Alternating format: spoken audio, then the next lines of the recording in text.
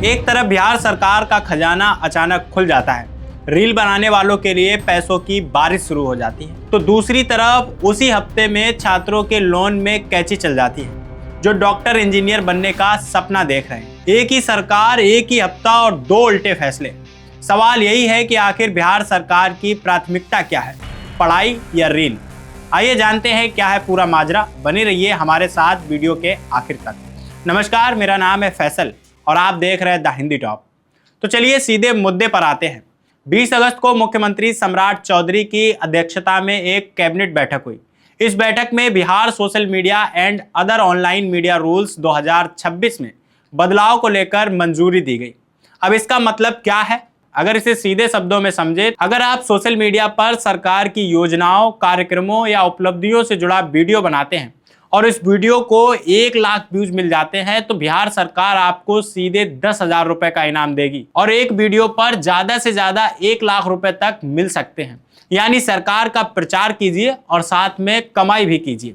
अब जरा सोचिए कि आजकल कोई भी social media platform 1 lakh views पर 100 रुपए भी नहीं देता, लेकिन बिहार सरकार पूरे 10,000 रुपए देने को तैयार है। यह पैसा कहां से आ रहा है? आपकी और हमारी जेब से, यानी जनता के टैक्स से। और मकसद क्या है, इसका मकसद भी समझना बहुत जरूरी है। पिछले कुछ समय से जो जेन जी आंदोलन हुए हैं उनमें सोशल मीडिया इन्फ्लुएंसरों की बहुत बड़ी भूमिका रही है। छात्रों का गुस्सा, उनकी नाराजगी, ये सब इन्फ्लुएंसरों के जरिए तेजी से भारत में फैला है। तो कहीं ना कहीं सरकार अब इन्हीं इन्फ्लुएंसरों को अपने पाले में लाने की कोशिश कर रही है। पहले सरकारें अखबारों को करोड़ों रुपए का विज्ञापन देकर अपने पक्ष में करती थी, अब यही खेल सोशल मीडिया पर खेला जा रहा है। अब आते हैं दूसरे फैसले पर, जो सबसे बड़ा मुद्दा है।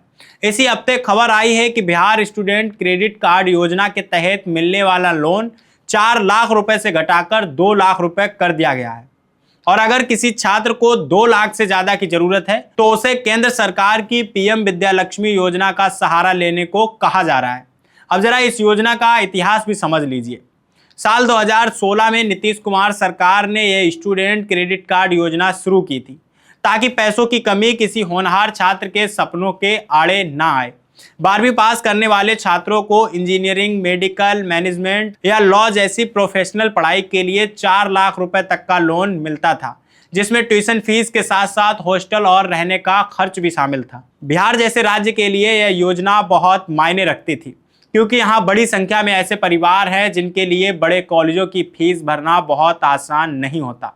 लेकिन इस योजना को लागू करने में भी दिक्कतें कम नहीं रहीं। हर साल छात्र शिकायत करते रहे कि उनकी फीस समय पर नहीं आती, कॉलेज वाले उन्हें परीक्षा में बैठने से रोक देते हैं और आखिरकार अभिभावकों को अपनी जेब से या उधार लेकर फीस भरनी पड़ती है।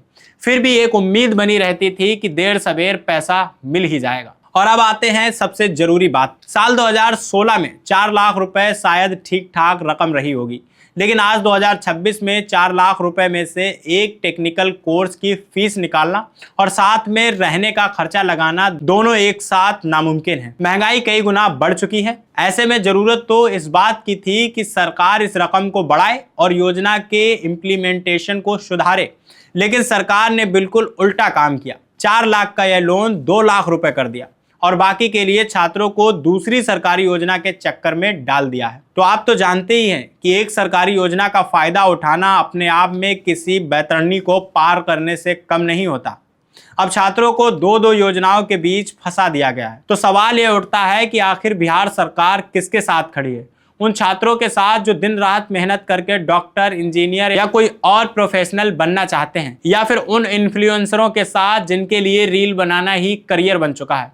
एक तरफ पढ़ाई करने वालों की जेब पर कैंची चल रही है तो दूसरी तरफ कंटेंट बनाने वालों के लिए खजाना खोला जा रहा है।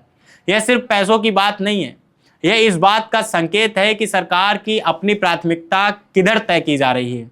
आपको क्या लगता है, क्या यह सही कदम है या फिर सरकार अपना असली एजेंडा छुपाए? इस सब पर आपको क्या लगता है, क्या यह सरकार का सही कदम है या फिर सरकार अपना असली एजेंडा छुपाने के लिए यह चालाकी चल रही है? अपनी राय हमें कमेंट बॉक्स में जरूर बताइए। और अभी तक आपने हमारे चैनल द हिंदी टॉप को सब्सक्राइब नहीं किया तो सब्सक्राइब करना मत भूलिए और हमें social media platform Facebook, Instagram और एक्स पर फॉलो जरूर कीजिए।